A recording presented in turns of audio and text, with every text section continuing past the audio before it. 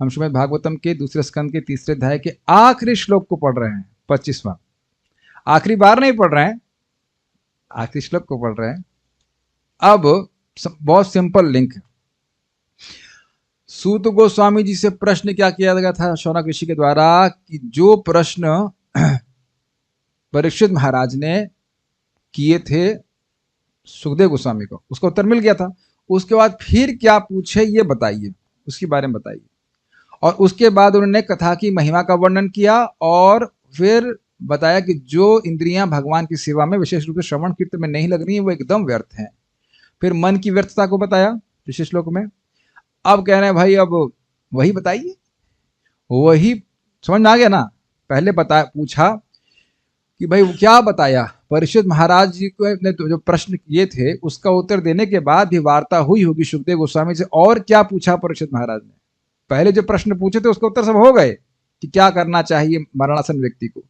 अब वो पूछ रहे हैं कि उसके बाद फिर क्या पूछा, यानी कि सुखदेव गोस्वामी की बात सुनकर के परीक्षित महाराज चुप नहीं बैठे होंगे और उसको वह कृष्ण कथा के रूप, कृष्ण कथा का उदय उससे हुआ होगा, तो उसको सुनने के लिए शौनक ऋषि अत्यंत आग्रही हैं।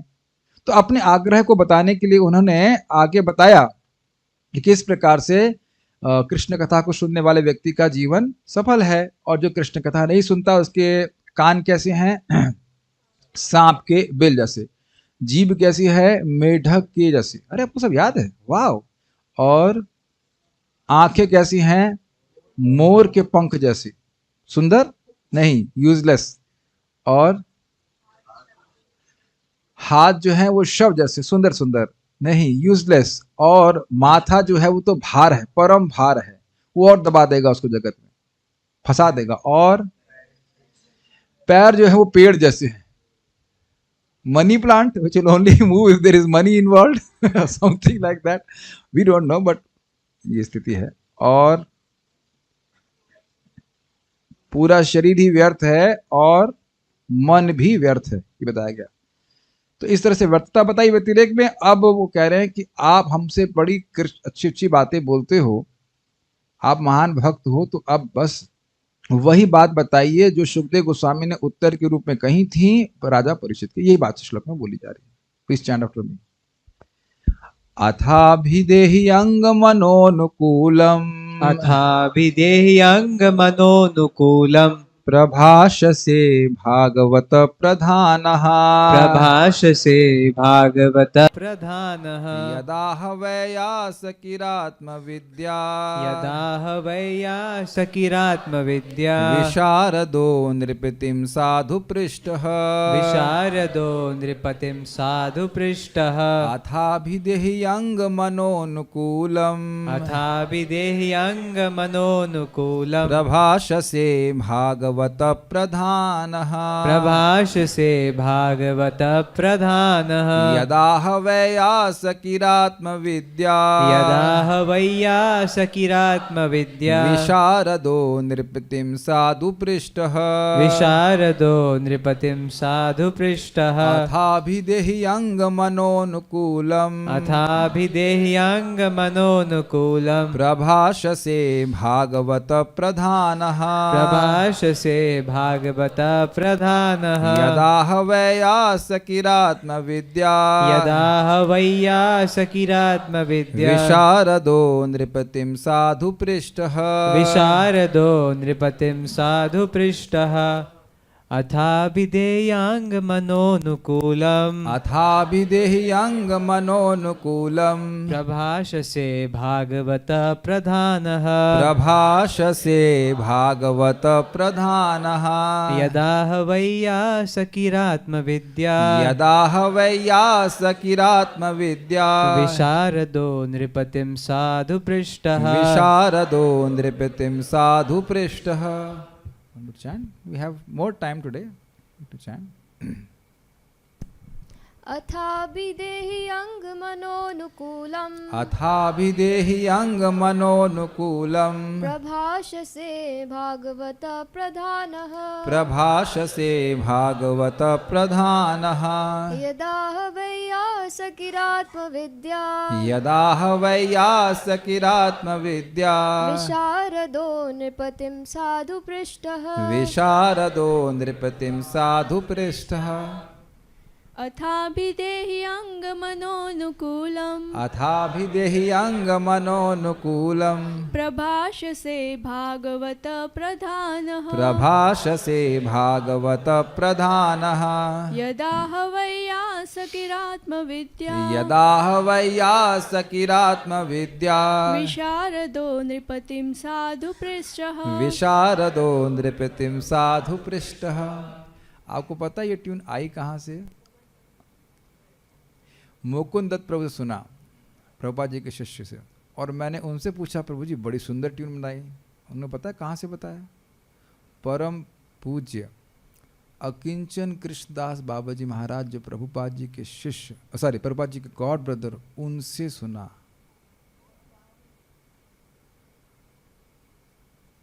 दे have met him also. Prabhupada ji के शिष्य है ना, तो इन्होंने तो मिले ही होंगे ना, तो काफी बाद में शरीर छोड़े हैं।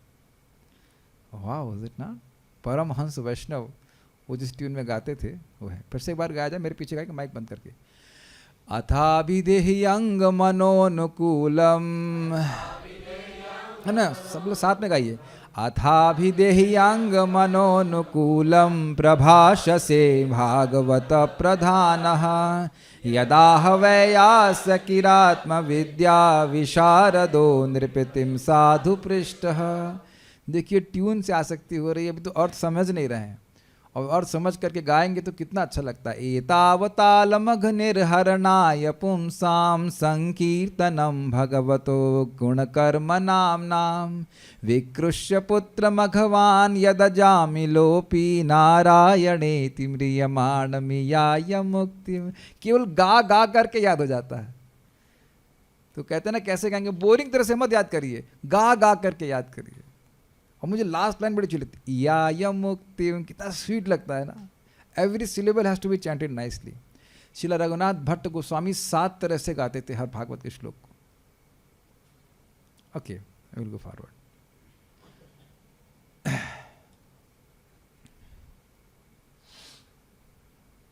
श्रीमान राधे श्याम प्रभु भी बड़े सुंदर तरह से गाते हैं, अलग अलग तरह से, अलग अलग राग में उनको गाने का अभ्यास है भागवत के श्लोकों का। मैं सुना से अनुवाद। हे सुत गोस्वामी, आपके वचन हमारे मनों को भाने वाले हैं। मतलब अभी तक जो भी आप बात बोल रहे हो उसमें केवल कृष्ण कथा के उदय हुआ है, हमको बहुत सुख मिला है। अपायद इति गोविंद पाद पद्मासवम मधु। हमारे मुख तो काले हुए, दाढ़ी केवल काली हो गई, धुएं से भर गई थी। सुत गोस्वामी आप आए हो तो गोविंद के चरणों से निकलने वाला जो आसव, ये जो कथा है, इसका अमृत का आप हमें पान करा रहे हैं। पहले बोल चुके हैं प्रथम स्कंद में, फिर अनुमोदन कर रहे हैं इसी प्रकार से। अतएव कृपा करके आप हमें यह उसी तरह बताएं जिस तरह से दिव्य ज्ञान में अत्यंत कुशल परम भक्त सुखदेव गोस्वामी ने महाराज परीक्षित के पूछे जाने पर उनसे कहा। अन्वय देखिए। हे अंग, हे सुत गोस्वामी। अंग अर्थ बहुत ही आत्मीयता का बोधक है। मनः अनुकूलम, मन अनुकूल, ये तो बिल्कुल हिंदी जैसा है, मेरे मन की अनुकूल बात। कोई मान लो शराबी है, हाँ, जैसे मुझे याद आ रहा है कि जब मेरा आईआईटी में सिलेक्शन हुआ था तो साउथ इंडिया में एक व्यक्ति ने बोला, मेरे नॉट मित्र ने, जो मित्र बन गया उस समय, मेरा मित्र बनने का ढोंग कर रहा था, करे यार दारू पिलाओ। तो ये मेरे मन के अनुकूल बात नहीं थी। हमने कहा भाई मट्ठा पी लो, लस्सी पी लो, ये क्यों पिलाएं? तो वो उसके मन के अनुकूल बात नहीं थी, तो चला गया। मन की स्थिति क्या है उसके अनुसार बात कोई अनुकूल या प्रतिकूल लगती है। यस, चलो भागवत पर सुनने चलते हैं। भागवत, अरे पिक्चर लगी है, पिक्चर देखने जाएंगे कि भागवत सुनने जाएंगे? तो डिपेंड कि मन की क्या स्थिति है उसके अनुसार बात अनुकूल लगती है। अग्रीड? तो कह रहे हैं यहाँ शौनक ऋषि क्या चाहते थे? प्रथम स्कंद के प्रथम अध्याय के आखिरी भागों में क्या बोलते हैं? हम सक्षणात, सारे क्षणों को लेकर के कथा सुनने बैठे हैं। तो भगवान हरि की कथा सुनने का अत्यंत आग्रह था। तो सूत गोस्वामी जी बारंबार कृष्ण का यश ही बोल रहे हैं, इसलिए कह रहे हैं मनः अनुकूलम, यानी हम लोग का मन कनेक्ट हो गया है। Connected hearts. This is very interesting. देखिए आप लोग भी यहाँ पे भक्त लोग हैं, सब भगवान के बारे में सुनना चाहते हैं, हम भक्ति करने का प्रयास कर रहे हैं, हम भी भगवान के बारे में बोलना चाहते हैं। This is a connection of heart. कभी आपने महसूस किया है या हुआ ही होगा कि कोई व्यक्ति आपसे बात करना चाहता है और आप बिल्कुल बात नहीं करना चाहते क्योंकि हमारे मन के अनुकूल वो बात नहीं कर रहा है, तो वहां पे वार्ता नहीं हो पाती। वार्ता मतलब अनुकूलता, मनोनुकूलता। मान रहे हैं बात? हम किसी से चैट कर रहे हैं, चैट मतलब बात कर रहे हैं, वार्ता कर रहे हैं, तो वह भी वैसी कोई बात कहेगा जो हमको पसंद हो, हम भी वैसी बात कहेंगे जो उसको पसंद हो। There is some loving exchange. तो यहाँ शौनक ऋषि अत्यंत प्रसन्न होकर कह रहे हैं कि आप हमारे मन की अनुकूल बात अभी तक कहते आए, तो अब क्यों रुक रहे हैं? समझ में आया? कुछ आशा समझ रहे हैं उनका? आपने अभी तक एकदम ऐसी ऐसी बातें बोली कि हमको अमृत ही लग रहा है, मनोनुकूलम बात कही। आपका स्वभाव ही है, आपका गुण है कि आप हमारे मन को समझ करके क्लास दे रहे हैं, ऐसे कर लीजिए। वो जान रहे थे कि भगवान कृष्ण का यश सुनना चाहते हैं, सूत गोस्वामी जी समझ रहे हैं, तो कृष्ण भगवान का यश बोल रहे हैं। नहीं, प्रथम स्कंद में सुने नहीं आप लोग सब? भगवान कृष्ण का यश ही तो भरा पड़ा है उसमें, तो बोलते जा रहे हैं, जिससे शौनक ऋषि बड़े खुश है। इसलिए तो बोले थे, वयम तु नावित्रेप्यामा उत्तम श्लोक विक्रमे यत् शृण्वताम रसज्ञानाम स्वादु स्वादु पते पदे। शुरुआत नहीं बोल दी, जबकि सूत गोस्वामी जी कुछ बोल ही नहीं रहे हैं। सूत गोस्वामी जी कुछ बोल ही नहीं रहे हैं, फिर वही शौनक ऋषि ही बोल रहे हैं, सूत गोस्वामी कुछ बोल ही नहीं रहे हैं, फिर भी कह रहे हैं कि सुनने वाले हम लोगों को तृप्ति नहीं होती। इबला अपना आग्रह प्रस्तुत कर रहे हैं। सूत गोस्वामी जी दूसरे अध्याय से बोले हैं, प्रथम अध्याय में नहीं बोले हैं। यहां पे भी आप बोलते नहीं, यार बड़ा सुंदर बात बोली, बड़ा आनंद आया मन को, ऐसा बोलते हैं कि नहीं? तो इस प्रकार से उनका प्रोत्साहन कर रहे हैं कि आप हमें मन अनुकूलम प्रभाष से, हमारी मनोवृत्ति के उपयुक्त आप अत्यंत अनुकूल बातें सुनाते हैं। प्रभाष से, भाष्य से मतलब बोलना, और प्रभाष से मतलब प्रकृष्ट भाष्य से, बहुत अच्छी तरह से बोल रहे हैं। एक एक बात वही है जो हमको पसंद आती है। देखिए यहाँ पे भी कोई व्यक्ति किसी से प्रेम करता है तो जानता है कि उसका टेस्ट क्या है खाने में। सब्जी बहुत तरह से बनती है, लेकिन परवल कैसे अच्छा लगता है उनको, लंबा कटा हुआ या आधा कटा हुआ, बहुत तरह से बना सकते हैं ना परवल, छिला हुआ कि बॉइल्ड टमाटर के साथ या केवल जीरे का छौंक। इतना आप लोग रफ मतलब सॉरी वो रिफाइंड नहीं है, कुछ भी आ जाता है स्वाहा नहीं, ऑल ऑफ यू रिफाइंड ना। हर एक हम लोग सब लोग प्रसाद पाते हैं, लेकिन सबका एक टेस्ट है कि नहीं।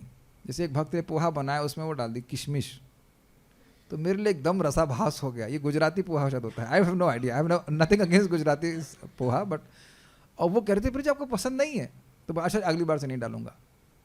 तो कहने का आशा, ये वही व्यक्ति मैं ही था जो खाने वाला था मैं हमेशा खाने वाले की संज्ञा में रहता हूँ, बनाने वाले में नहीं, ठीक है। तो अनुकूल नहीं था ना कुछ, मैं खाली अनुकूलता की बात कर रहा हूँ कि भाई कहने का अर्थ है कि शौनक ऋषि कह रहे हैं आपने बहुत अच्छी सेवा करी है। अब आप ये बताइए, ये कोई बहुत जबरदस्त बात नहीं हो गई? प्रथम स्कंद से लेकर के अभी तक सूत गोस्वामी जी कितना कुछ बोल चुके हैं, और एक भी बात शौनक ऋषि जी को बिल्कुल गड़बड़ नहीं लगी, ना सिद्धांत की दृष्टि से ना काव्य की दृष्टि से, कहीं गड़बड़ नहीं लगी। सुनाई पड़ रहा है कुछ? एक भी श्लोक काव्य की दृष्टि से कहीं गड़बड़ नहीं है, अर्थ की दृष्टि से कहीं गड़बड़ नहीं है, सिद्धांत की दृष्टि से गड़बड़ नहीं। कभी आप लोगों के संग ऐसा नहीं, वो क्लास सुन रहे हैं और वक्ता कुछ सिद्धांत के विरुद्ध बोल जाता है क्या? मैं एग्जाम्पल आपको देता हूँ। एक व्यक्ति क्लास दे रहे थे, ऐसे बोलना नहीं चाहिए, उदाहरण के लिए समझा रहा हूँ। तो बोले कि भाई ये मतलब आप जब कर रहे हैं और फीलिंग्स नहीं आ रही हैं तो ये केवल मुंह की एक्सरसाइज है। हरे कृष्ण कृष्ण कृष्ण हरे हरे, हरे राम राम राम हरे। अब ये बिल्कुल सिद्धांत के विरुद्ध बात है। तो मेरे बगल में ही श्रीमान राधा कृष्ण प्रभु बैठे हुए थे, बहुत सीनियर डिसाइपल हैं एज राधा गोविंद महाराज के, बहुत बड़े पंडित भी हैं। उनका रिएक्शन, मुझे तो गुस्सा आ रहा था, उनका रिएक्शन था ये बात कुछ हजम नहीं हुई इतने प्रेम से वो बोले, वो लोग गुस्सा नहीं होते, वो बोले ऐसे ये बात कुछ हजम नहीं हुई।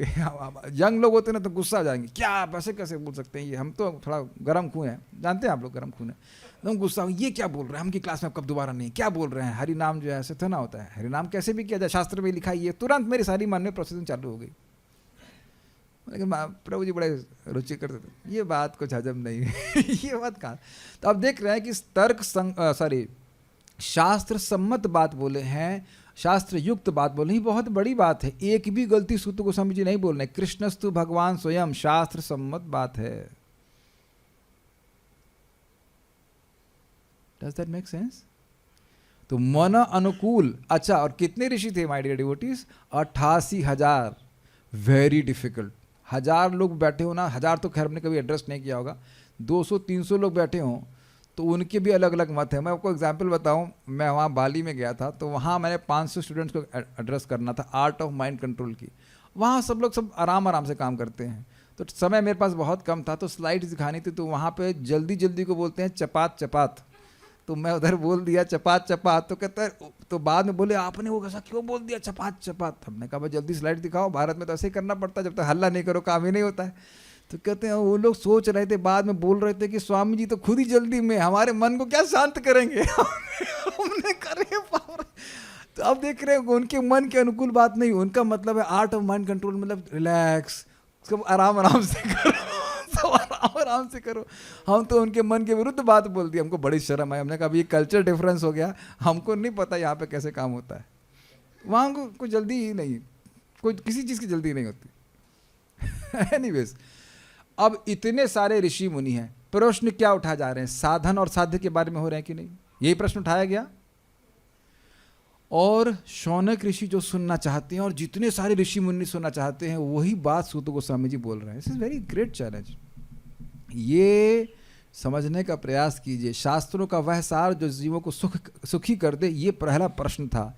तो दूसरे अध्याय में अगर आप लोग सुने होंगे तो उसमें सूत गोस्वामी जी सोच रहे हैं कि मैं क्या बोलूं, मैं क्या बोलूं। तो उन्होंने कहा मैं भागवत ही बोलूंगा। क्यों भागवत बोलूंगा? क्योंकि यही भागवत बोल करके सुखदेव गोस्वामी सभी गुरुओं, सभी मुनियों के गुरु बन गए थे। किसी ने प्रतिरोध नहीं किया था परीक्षित महाराज की सभा में कि भाई क्या सुनना चाहिए, क्या करना चाहिए, तो भागवत सुनना चाहिए। ये सुखदेव गोस्वामी जी सुनाए निर्णित करके, तो वही बात सूत गोस्वामी जी बोल रहे थे।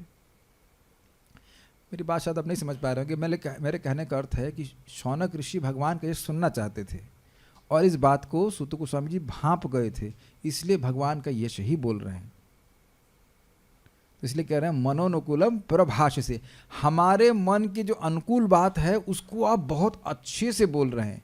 सुने थे ना आप लोग कि ब्रह्मा जी ने 3 बार वेदों का अध्ययन करके क्या बताया? रतिम आत्मनो भवेत, रति हो जाए भगवान में, यही जीवन का परम लक्ष्य। ऐसे शब्द आए हैं कि नहीं?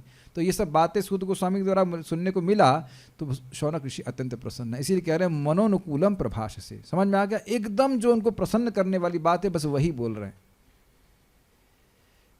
ठीक। अतः अतएव भागवत प्रधान, देखिए भागवत प्रधान जो है ये विशेषण आप सुखदेव गोस्वामी से के लिए भी ले सकते हैं। प्रभुपाद जी ने सुखदेव गोस्वामी के लिए लिया है, बाला प्रबोधिनी में इधर लगा दिया है सूत गोस्वामी के लिए। तो ये अन्वय कैसे किया था उस पर निर्भर करता है। अभी जो हम प्रभुपाद जी के अनुसार अर्थ ले रहे हैं वो क्या है? अतएव भागवत प्रधान, ये किसका विशेषण है? सुखदेव गोस्वामी का। उन भागवत प्रधान ने, भागवतों में श्रेष्ठ, भक्तों में श्रेष्ठ और आत्मविद्या विशारद, आत्मविद्या में पारंगत, आत्मा की परमात्मा के ज्ञान और सबके बारे में जो विशारद हैं, पारंगत थे, वैयासकीर सुखदेव गोस्वामी ने। तो ये 2 गुण किसके लिए ऊपर हैं? सुखदेव गोस्वामी जी पे हैं। कौन से गुण? भागवत प्रधान और आत्मविद्या विशारद। साधु पृष्ठ, अच्छी तरह से पूछे जाने पर। साधु का मतलब होता है समीचीन, अच्छा।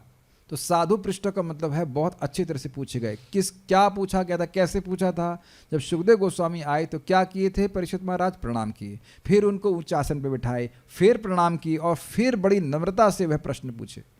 तो इस प्रकार से बड़ी जिज्ञासा के संग, आग्रह के संग और नम्रता के संग पूछा था। इस तरह से पूछे जाने पर सुखदेव गोस्वामी ने जो उत्तर दिया, यत जो नृपतिम अर्थात राजा परीक्षित को कहा, आह मतलब कहा, तत् अभिदेहि, वह सब हमसे कहिए। तो वही बात बोल रहे हैं जो इसी अध्याय में पहले बोल चुके हैं कि परीक्षित महाराज ने क्या पूछा वो बताइए। फिर कथा की महिमा का वर्णन किया, उसके बाद फिर कह रहे हैं अब आप अभी तक अनुकूल ही बात बोले हैं, ये बात भी हम सुनना चाहते हैं, इसमें जरूर कृष्ण कथा का उदय होगा, तो आप वही बात हमसे कहिए। ठीक, संस्कृत देखिए, क्या हम फास्ट जा रहे हैं बहुत? अथ अभिदेहि, अतएव कहिए। क्यों कहूं? अंग, अरे आप हमारे अपने हैं, अरे अपने ही जगत में दुख देते हैं। तो कहते हैं नहीं, मनोनुकूलम, आप अपने हैं और हमारे मन की अनुकूल बात कह रहे हैं, बोलने में कोई त्रुटि तो नहीं है? तो कहते हैं ना, प्रभाष से, बहुत बढ़िया से बोल रहे हैं। भागवत प्रधान, एक अर्थ जो हम यहाँ पे ले रहे हैं उसके अनुसार होगा कि भागवत प्रधान कौन? सुखदेव गोस्वामी। यद आहा, जो कहा। कौन थे भागवत प्रधान? वैयासकी, व्यासदेव के पुत्र श्रील सुखदेव गोस्वामी। कोई और भी गुण था? आत्मविद्या विशारद। ठीक है, ऐसे प्रश्न करते जाइए तो संबंध बन जाएगा श्लोक से। न सिर्फ भागवत प्रधान बल्कि आत्मविद्या में विशारद थे। तो वह नृपतिम साधु पृष्ठ यदाह, जब राजा परीक्षित ने उनसे अच्छी तरह से प्रश्न किए भगवत विद्या के संबंध में, तो उन्होंने क्या कहा? वह हमको अभी दे ही, वो हमको बताइए, क्योंकि अभी तक मनोनुकूल बात ही कहे हैं, इसलिए आगे भी आप हमको यही सुनना है, इसके बारे में हमको बताइए। इजी, ठीक है। श्रीधरी, चूंकि भगवत भक्ति से रहित मनुष्यों के सारे देह तथा इंद्रियों की पटुता आदि व्यर्थ है, और आप हम लोगों के अनुकूल अर्थात प्रिय बातें कहते हैं, अतएव राजा के द्वारा नियमानुसार प्रश्न किए जाने पर श्री सुखदेव जी ने राजा को जो कुछ भी सुनाया, उन सारी बातों को आप हम लोग को सुनाइए। थोड़ा समझने का प्रयास कीजिए। क्यों अभी तक सुनते आए ना, भगवत भक्ति के बिना जीवन व्यर्थ है, समय व्यर्थ है, सब कुछ व्यर्थ ही व्यर्थ है। और इंद्रियों की पटुता, इंद्रियां कार्य करने में बहुत तेज हैं, आंखें देखने में तेज हैं, कान सुनने में तेज हैं इत्यादि, लेकिन सब व्यर्थ है, वैसे जैसे शव के होते हैं। तो हमारी इंद्रियां व्यर्थ ना चली जाएं, इसलिए अभी तक तो इंद्रियां व्यर्थ गई नहीं, क्योंकि आप बहुत अच्छे से कथा सुनाए हो और अब अभी तक सुना ही रहे हैं, तो आगे भी आप इसी प्रकार से सुनाएंगे। इसलिए हमें आप वो सब बातें बताएं जो सुखदेव गोस्वामी ने उत्तर के रूप में कही थी परीक्षित महाराज को। अतएव का लिंग समझ में आ गया सबको? ठीक है, सारा दर्शनी। अतः इस कारणवश कृपया हमें बताएं। मैं आपको क्या बताऊं? मान लो सूत गोस्वामी जी पूछे, ये शौनक ऋषि बात बोल रहे हैं सूत गोस्वामी को, उनके बीच में कन्वर्सेशन के रूप में टीका रखी गई है कि मान लो सूत गोस्वामी जी को कहें, नहीं शौनक ऋषि कहें, अतः इस कारणवश कृपया हमको बताएं। किस कारणवश? क्योंकि भगवान की भक्ति के बिना इंद्रिया व्यर्थ हैं, इस कारणवश हमको बताइए। क्या बताऊं आपको? समझ में आ रहा है किसका कन्वर्सेशन है ये? सूत गोस्वामी जी और शौनक ऋषि का। तो कह रहे हैं कि मैं आपको क्या बताऊं? आपकी रुचि अनुसार आप वही बताएं जो सुखदेव गोस्वामी ने कहा था, अतः कहने के लिए कुछ अन्य नहीं है, ये भाव है। अब यहाँ मनोनुकूलम किस पे घटित हो गया? सूत गोस्वामी जी पे। देख रहे हैं एक शब्द को कहाँ लिंक कर रहे हैं। अभी तक कह रहे हैं कि आपने हमें हमारे मन के अनुकूल बात बताई सीता स्वामी के अनुसार, तो वही बताइए भगवान के बारे में। उसके बाद कह रहे हैं आपका भी मन के अनुकूल वही बात है ना, तो कह रहे हैं आपके जो मन के अनुकूल हो वो बताइए जो सुखदेव गोस्वामी जी ने उत्तर के रूप में परीक्षित महाराज के प्रश्न किए जाने के द्वारा करने पर बताई थी। See how they are testing, और थोड़ा सा चेंज कर देने से एक अलग एंगल से हम देख पा रहे हैं। बाल प्रबोधिनी। हाँ, दूसरी बात क्या है? अतः कहने के लिए कुछ अन्य नहीं है, ये भाव है। मतलब जो आपको अच्छा लगे मन में वो बोलिए। यह भी एक स्टाइल होता है। मैं कहूँ हिरण प्रभु आइए प्रसाद के लिए, तो कभी कभी तो है कि आप क्या खाएंगे, हम पूछते हैं। मान लीजिए हिरण प्रभु कभी कभी कह देंगे, नम्र भक्त प्रभु जी आपको जो अच्छा लगा वो बना दीजिए, हमें कोई दिक्कत नहीं। ऐसा बोलते हैं कि नहीं हम लोग कई बार? यस, दोनों ही बात हो सकती है ना। तो यहाँ कह रहे हैं कि एक दूसरा एंगल से देखें कि आपको जो मन के अनुकूल लगता हो वो बताइए। यानी कि देखिए बड़ी रुचिकर बात है, सूत गोस्वामी शुद्ध भक्त हैं, उन्हें तो कृष्ण कथा के अलावा कोई अच्छा लगेगा नहीं। अब उसमें भी छांट छांट के बढ़िया बढ़िया चीज़ ला के दीजिए जो आपको बहुत अच्छा लगा हो। देखिए वक्ता आसान हो जाता है वो बोलना, क्योंकि हम वही बोलते हैं जो हमको अच्छा लगता है। आप ये बात कैच कर पा रहे हैं कि मैं जो बोल रहा हूँ वो मुझे अच्छा लगता है इसलिए बोल रहा हूँ। मैं ये नहीं क्लेम कर सकता कि मैं जो बोल रहा हूँ वो सबको अच्छा लगेगा। This is a wonderful point told by one devotee. इसीलिए कीर्तन आसान होता है और रसमय होता है। जो कोई भी प्रवचन करता है वो यही मानता है कि वो अच्छा प्रवचन कर रहा है।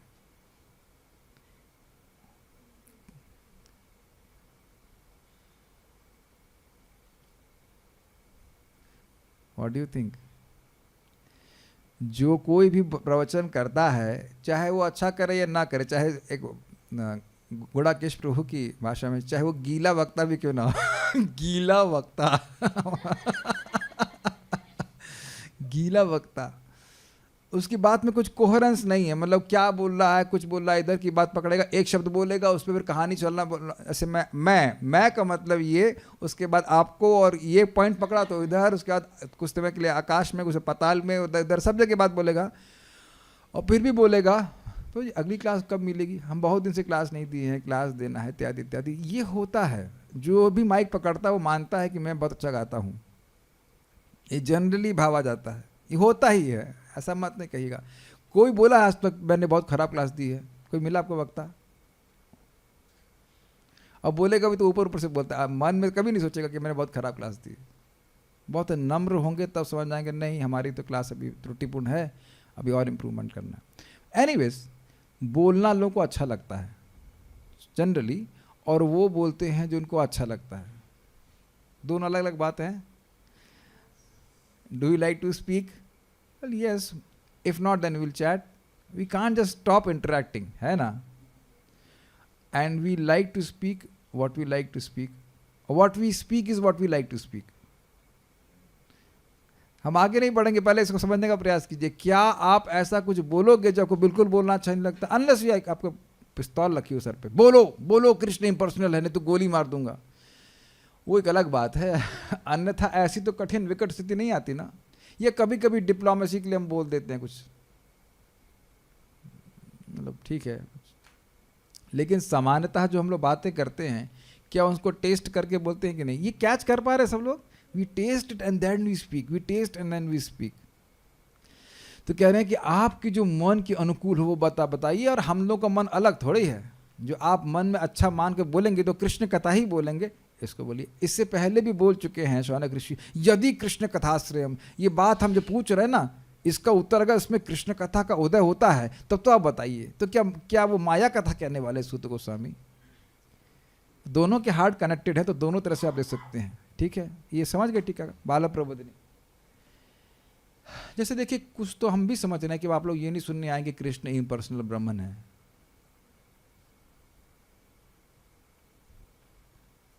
तो श्रोता क्या सुनना चाहता है, वक्ता को पता होना चाहिए ना। एक्चुअली तभी कनेक्शन होता है कथा का।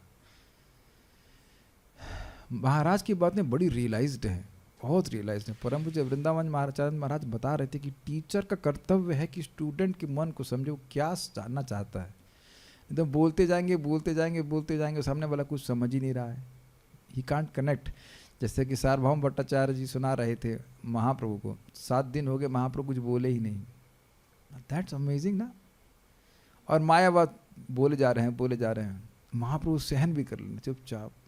उन्हीं को मायावाद भगवान की ही निंदा करता है, 7 दिन तक निंदा सुन रहे हैं महाप्रभु, और एकदम एक शब्द नहीं बोल रहे, टाइम से बैठ जाते हैं क्लास में और पूरा सुबह से शाम तक मायावाद सुन रहे हैं। इसीलिए भगवान सबसे टॉलरेंट हैं।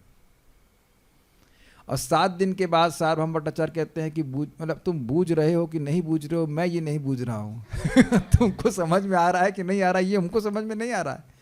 तो महाप्रभु बड़ी नम्रता से बोलते हैं कि देखिए, वेदांत सूत्र के श्लोक तो एकदम क्लियर हैं,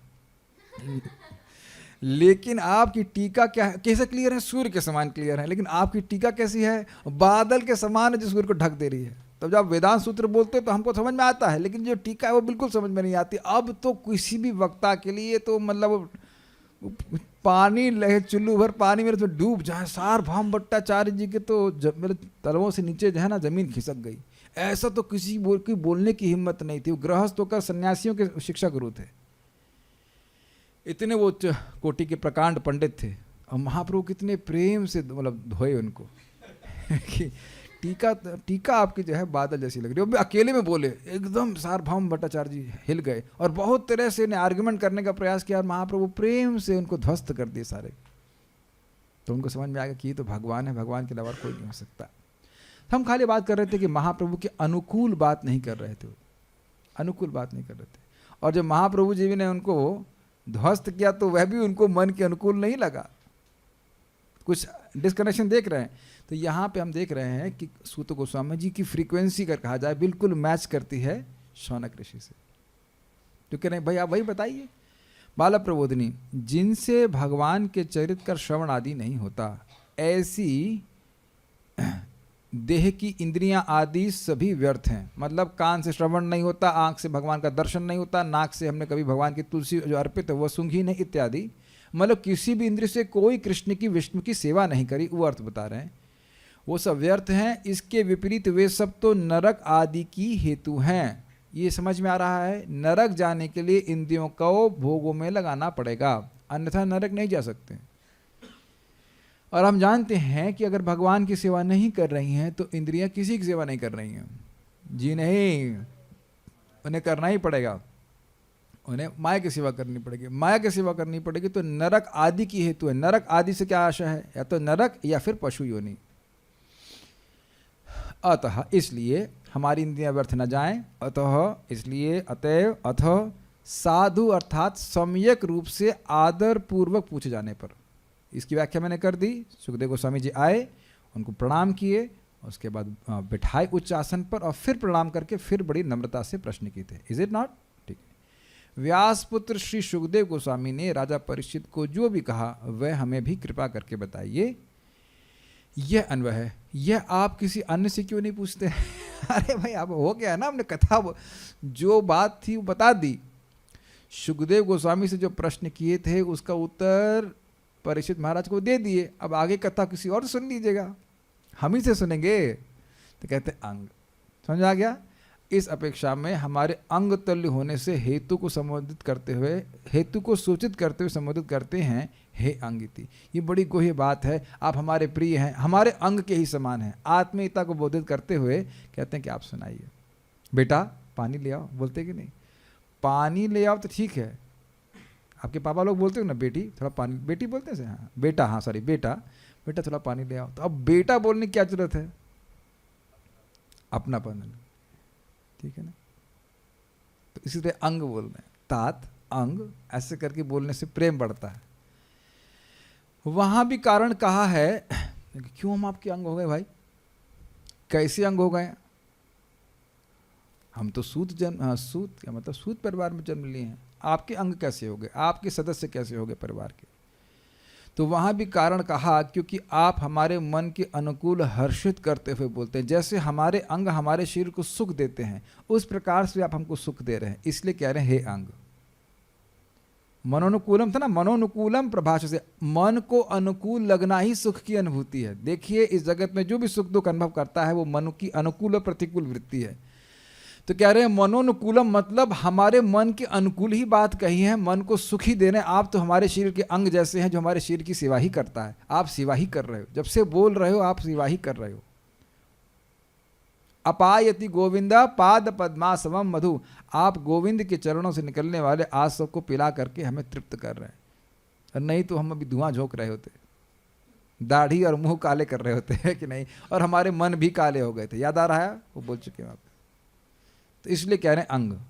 देख रहे हैं एक एक शब्द का कितना महत्व है। वहां पर भी कारण को कहा है भागवतेषु।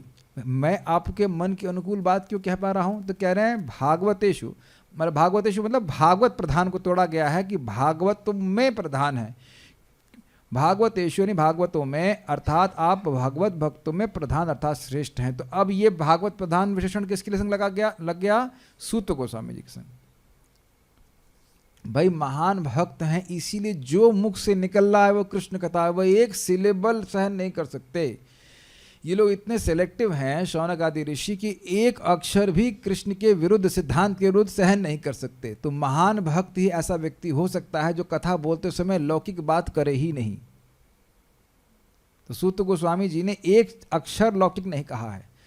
तो इसलिए कह रहे हैं आप भागवतों में भक्तों में श्रेष्ठ हैं। और इससे पहले भी प्रथम स्कंद में कह चुके कि आप भक्तों में श्रेष्ठ हैं, इसलिए आप ही कथा को कहें। अगर कोई याद आ रहा हो श्लोक ऐसे कुछ कुछ आप लोग बहुत ध्यान से पढ़ चुके हो, इसलिए कुछ कुछ छाप होगी कि हाँ हमने पढ़ा था कि वह बोले थे कि भक्तों में आप श्रेष्ठ हैं, इसलिए आप कथा कीजिए। फिर यहाँ बोल रहे हैं भागवत प्रधान। तब श्री सुखदेव गोस्वामी के द्वारा जो कुछ कहा गया वही क्यों पूछते हो, वही क्यों पूछ रहे हैं, वही क्यों जानना चाहते? तो कहते हैं आत्मविद्या में अर्थात दिव्य ज्ञान में विशारद अर्थात वो निपुण हैं, और इस कारण से आत्मविद्या के बारे में बोला था, वो हम सुनना चाहते हैं। ठीक है। तात्पर्य जो विद्या शुकदेव गोस्वामी जैसे पूर्ववर्ती आचार्य द्वारा प्रदान की जाती है और फिर सूत गोस्वामी जैसे व्यक्ति द्वारा जिसका अनुकरण किया जाता है, वह सदा शक्तिशाली दिव्य विद्या होती है। इसलिए वह अंतर्ग्राही तथा समस्त विनीत जिज्ञासियों के लिए लाभप्रद होती है। ये प्रभुपाद जी का तात्पर्य है। थोड़ा समझने का प्रयास कीजिए। प्रथम स्कंद तीसरा अध्याय का आखिरी श्लोक में ऐसे बोलते हैं ना, यथाधीतम यथामति सोहम वह श्रावयिष्यामि यथाधीतम यथामति। जैसा मेरे विप्रर्षि भूरि तेजस, जैसे मेरे ऋषियों में सर्वश्रेष्ठ और अत्यंत तेजस्वी गुरु श्रील सुखदेव गोस्वामी जी ने कहा था परीक्षित महाराज को, और उसको जैसा मैंने श्रवण किया, जैसे समझा, जैसी मेरी मति, वही मैं आपको सुनाऊंगा। सोह अहम वह श्रावयिष्यामि, वही मैं आप लोगों को सुनाऊंगा। यथाधीतम यथामति, जैसे मैंने उसको सुना, अध्ययन किया, ग्रहण किया, और मति जैसे मैंने उसको समझा वैसा ही सुनाऊंगा। अर्थात परंपरा में जो ज्ञान प्राप्त किया वही मैं आपको बताऊंगा। तो चौथे अध्याय के प्रथम श्लोक में शौनक आदि ऋषि बड़े प्रसन्न हुए। इसमें लिखा है बादरायणी रुवाचा इति ब्रुवाणाम संस्पृष्ट, ऐसे करके श्लोक शुरू होता है। चौथे अध्याय का पहला श्लोक है कि इस प्रकार से सुनकर कि वही कथा सुनने को मिलेगी जो सुखदेव गोस्वामी जी ने परीक्षित महाराज को सुनाई है, तो शौनक आदि ऋषि अत्यंत प्रसन्न हो गए। बड़ी ही सुंदर बात है। देखिए, हम सबके लिए बहुत ही सुंदर बात है। प्रचार के लिए हमने क्या करना है, अपने को पहली बात तो योग्य बनाएं कि जो बोला गया है उसको ठीक ठीक समझें। ये बहुत बड़ी रिस्पॉन्सिबिलिटी है, क्योंकि हमको लगता है कि हमने सुन लिया है, लेकिन कंटेक्स्ट को समझना होता है, विषय को समझना होता है, तब बोलना होता है। जरा सा हम चेंज करेंगे तो अर्थ का अनर्थ हो जाता है। चाइनीज विस्पर नहीं करना होता है। और आपने देखा होगा कि जब हमको याद नहीं होता है और सामने वाले को पता नहीं होता है, तो अंदर से हम स्टोरी बना बना कर बोलते हैं, क्योंकि गलत तो नहीं बोल रहे हैं, कंडीशन सोल है, इसलिए धोखा हम करेंगे। देखा है आपने, आप जानते हो कि सामने वाले को संस्कृत का सा भी नहीं आता है, तो संस्कृत का श्लोक समझाने बैठे और अब कुछ शब्द नहीं आया तो छोड़ दिया उसको। गलत नहीं, छोड़ दिया वो ठीक है, गलत नहीं बताइए। छोड़ देने में कोई दिक्कत नहीं है, लेकिन गलत नहीं बताइए। हम भी छोड़ देते हैं अगर कुछ नहीं समझ में आती। हम भी का मतलब कि मैं संस्कृत का पंडित हो ना हूं, जो बात समझ में आती है उतना बोल दीजिए। जो नहीं पता है तो गलत ही बताएंगे, ये ध्यान दीजिएगा। जो नहीं पता है वो गलत ही बताएंगे। इसीलिए शास्त्र को, किताब को, पुस्तक को देख करके ही बोलना चाहिए। एक तो दो बातें होंगी, एक परंपरा का ज्ञान उनको प्रवाहित होगा। हम परंपरा की कृपा दे रहे हैं, अपनी कोई कृपा नहीं दे रहे हैं। ऐसा नहीं है कि ये जो सॉकेट हमारे सामने है यही बिजली का उत्पादन हो रहा है। अगर सॉकेट सोचने लग जाए कि मैं बिजली दे रहा हूं, क्या सॉकेट बिजली दे रहा है? वेल, यू कैन नॉट से इट नहीं दे रहा है। सॉकेट नहीं, अगर सॉकेट बिजली नहीं देता तो फोन से बिजली निकालो या अपनी देह से निकाल लो। बिजली तो सॉकेट से ही मिल रही है, लेकिन सॉकेट बिजली नहीं दे रहा है। काफी इंटरेस्टिंग है। बिजली सॉकेट से मिल रही है, अरे वो करंट चाहिए, हाँ ठीक है, वहां सॉकेट पे लगा दो। सॉकेट से बिजली आ रही है, लेकिन बिजली सॉकेट नहीं दे रहा है। कैच कर रहे हैं आप लोग? बिजली बन रही है पावर हाउस में। तो ज्ञान कहाँ से आ रहा है? भगवान श्री कृष्ण से आ रहा है, लेकिन ज्ञान कहाँ से आ रहा है? गुरु जी से आ रहा है। नहीं समझ में आ रहा है? ज्ञान के स्रोत भगवान श्री कृष्ण हैं। एवं परंपरा इमं विवस्वते योगम प्रोक्त वाहनम अव्ययम। इस अव्यय भगवद गीता के ज्ञान को मैंने सूर्यदेव को कहा, लेकिन भगवान ये नहीं बताया कि उनको किसने कहा। समझ में आया? क्लियर? इमं विवस्वते योगम प्रोक्त वाहनम अव्ययम। भगवान से पूछो कि आपकी गुरु परंपरा कहाँ शुरू होती है, तो भगवान ने कहा हम जहाँ खड़े होते हैं वहीं से गुरु परंपरा शुरू होती है। समझ आ गया? वो डायलॉग कृष्ण का है। हम जहाँ खड़े होते हैं लाइन वहीं से शुरू होती है। समझ आया? तो कृष्ण है started this line, lineage of गुरु परंपरा। कृष्ण नहीं बोले कि उनको कौन बोला।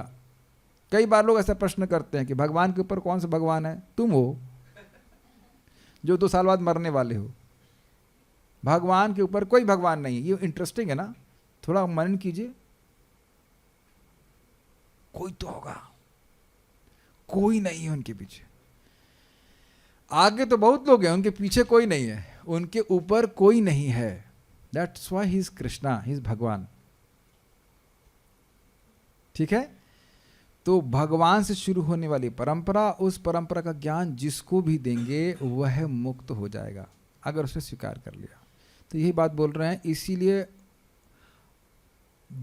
सूत गोस्वामी जैसे व्यक्ति द्वारा जिसका अनुकरण किया जाता है, मतलब जो ज्ञान था वही आगे पास ऑन कर दिया गया है।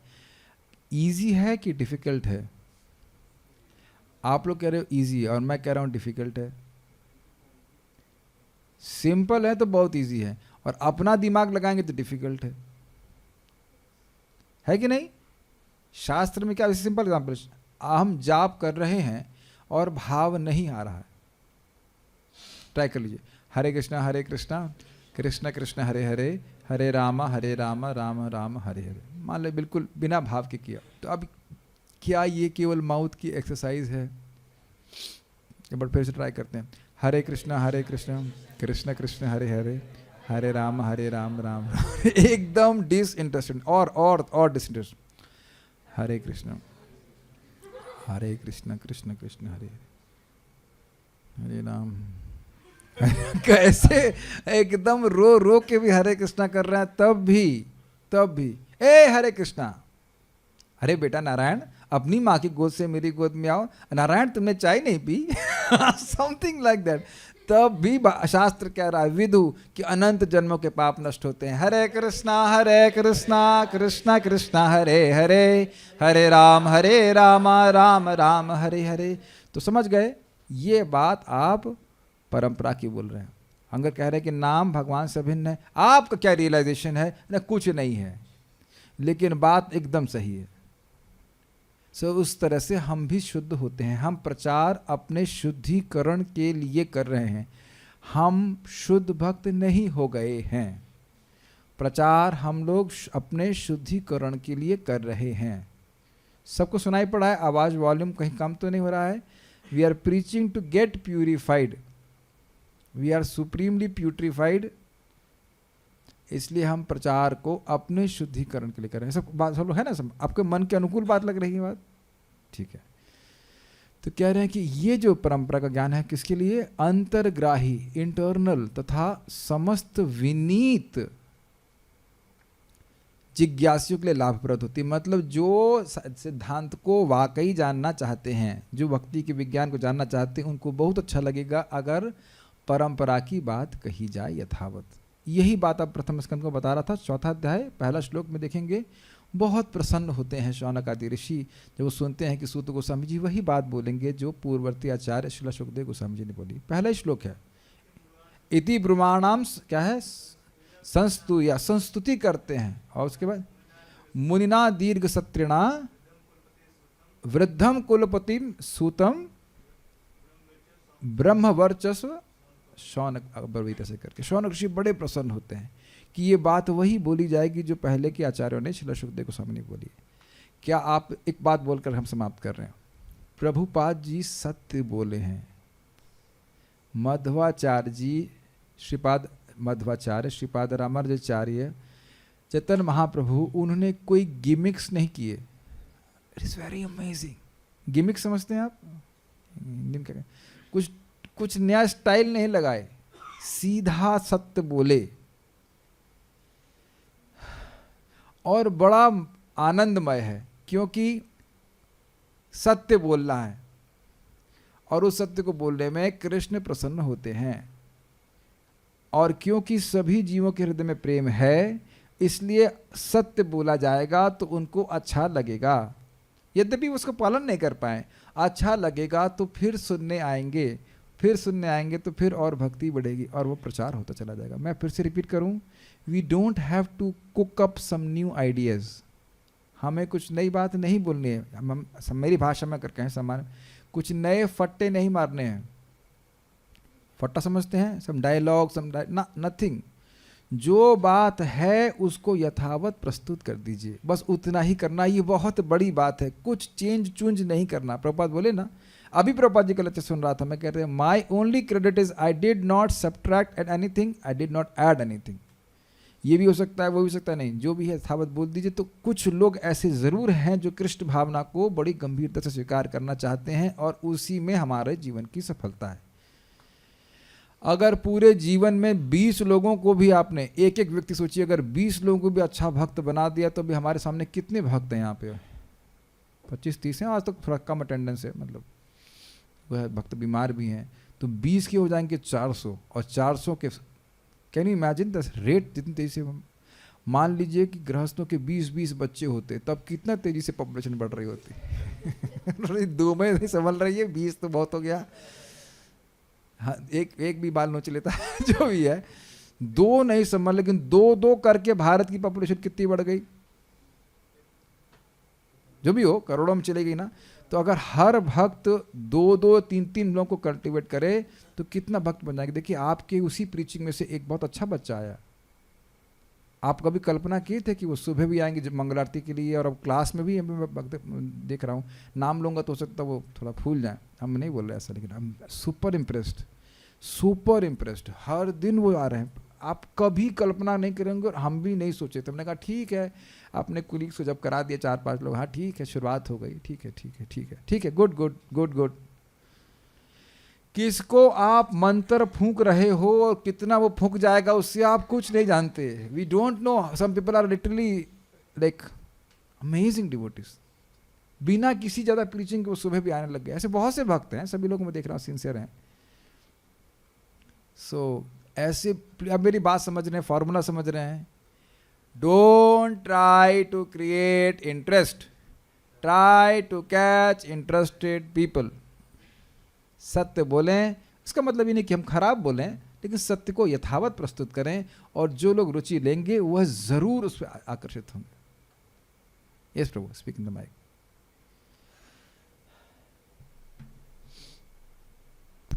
हरे कृष्ण। प्रभु जी, जैसे प्रभुपाद जी ने परपट में बहुत सारी चीज़ें देखा जाता, मतलब जो शास्त्रों को हम लोग समझ नहीं सकते थे, बहुत सारे एग्जाम्पल दिए, बहुत सारी चीज़ें दी, और आज के सोसाइटी में लोग प्रीचिंग कर रहे हैं। सो वो लोग भी चेंज कर रहे हैं आज की जनरेशन को समझाने के लिए। समझ रहे हैं, सही कह रहे हैं। So what is the difference, हम कैसे समझें कि they are going on track or not? पता है, मैं सेंस कर रहा था कि आप यही प्रश्न करेंगे, और बहुत अच्छा प्रश्न है कि भाई देखिए, प्रभुपाद जी ने भी ऐसे उदाहरण हमको दिए हैं जो उसमें मॉडर्न, जो उस समय मॉडर्न बातें थी उसको एग्जाम्पल दिया था। तो देखिए, उदाहरण का प्रॉब्लम नहीं है, सिद्धांत नहीं चेंज होना चाहिए। जो सिद्धांत समझाया जा रहा है उसको समझाने के लिए कोई दृष्टांत दिया जा रहा है तो कठिनाई नहीं। जैसे मान लीजिए प्रभुपाद जी डिक्टाफोन का एग्जाम्पल देते हैं कि नहीं, युक्त वैराग्य को समझाने के लिए। रूप गोस्वामी जी क्यों नहीं देते हैं डिक्टाफोन का एग्जाम्पल देने? उस समय डिक्टाफोन नहीं था, वो कहते तालपत्र। और कुछ पुराने आचार्यों के जो दृष्टांत है वो समझ में भी नहीं आते। देखा था धौंकनी जानते नहीं थे बहुत से भक्त, धौंकनी क्या होता है। धौंकनी शौनक ऋषि को क्लियर था, यहाँ क्लियर नहीं था, फोटो दिखानी पड़ेगी धौंकनी का ये अर्थ होता है, क्योंकि धौंकनी हम देखते नहीं सामान्यता में। तो मिसाइल का एग्जाम्पल रूप गोस्वामी नहीं देंगे, प्रभुपाद जी दे रहे हैं। तो उसी तरह भक्त लोग भी एग्जाम्पल दे देते हैं ताकि जो भक्त अभी देख रहे हैं उसको समझ जाएं। लेकिन प्रयोजन क्या होना चाहिए, जो सिद्धांत है वह समझ आ जाए। Make sense to you? वस्तुओं का उपयोग भगवान की सेवा के लिए करना चाहिए। तो मैं एग्जाम्पल दूंगा माउस का। तो प्रभुपाद जी के समय तो माउस था ही नहीं, माउस मतलब चूहा। माउस वॉज ओनली मीनिंग चूहा, देर इज नो अदर। अगर उसमें डिक्शनरी भी देखेंगे तो माउस मतलब रैट, माउस मतलब ये ऑब्जेक्ट नहीं जिसको आप लैपटॉप चलाते, था ही नहीं ना। एप्पल मतलब सेब, एंड ब्लैकबेरी मतलब ब्लैक अंगूर, समथिंग लाइक दैट। अब इनका कुछ अर्थ आ जाएगा ना अलग अलग। तो अब आजकल मान लो भक्त कहें फेसबुक और इत्यादि इत्यादि, तो वह तो प्रभुपाद जी नहीं बताए होंगे। तो ओ जो प्रभुपाद जी नहीं कहे वो तुम क्यों कह रहे हो? तो कहने का अर्थ है कि उसका अनुगति लेके चलना पड़ेगा, सिद्धांत नहीं चेंज होना चाहिए। और मेन बात यह है कि हमारी उद्देश्य होना चाहिए कि जिसको हम प्रचार कर रहे हैं वो परंपरा से कनेक्ट हो, परंपरा का ज्ञान प्राप्त करे। केवल इम्प्रेस करने के चक्कर में रहेंगे तो ठीक नहीं रहेगा। और बहुत बार पता है ज्ञान बताया भी नहीं जाता है, सत्य बताया भी नहीं जाता। मेरा तो ये अनुभव है, आपके हम कॉलेज में अर्सेना में गए थे, फिर से शुरू करेंगे, अब हम एनर्जी आ रही है, हम सोच रहे हैं।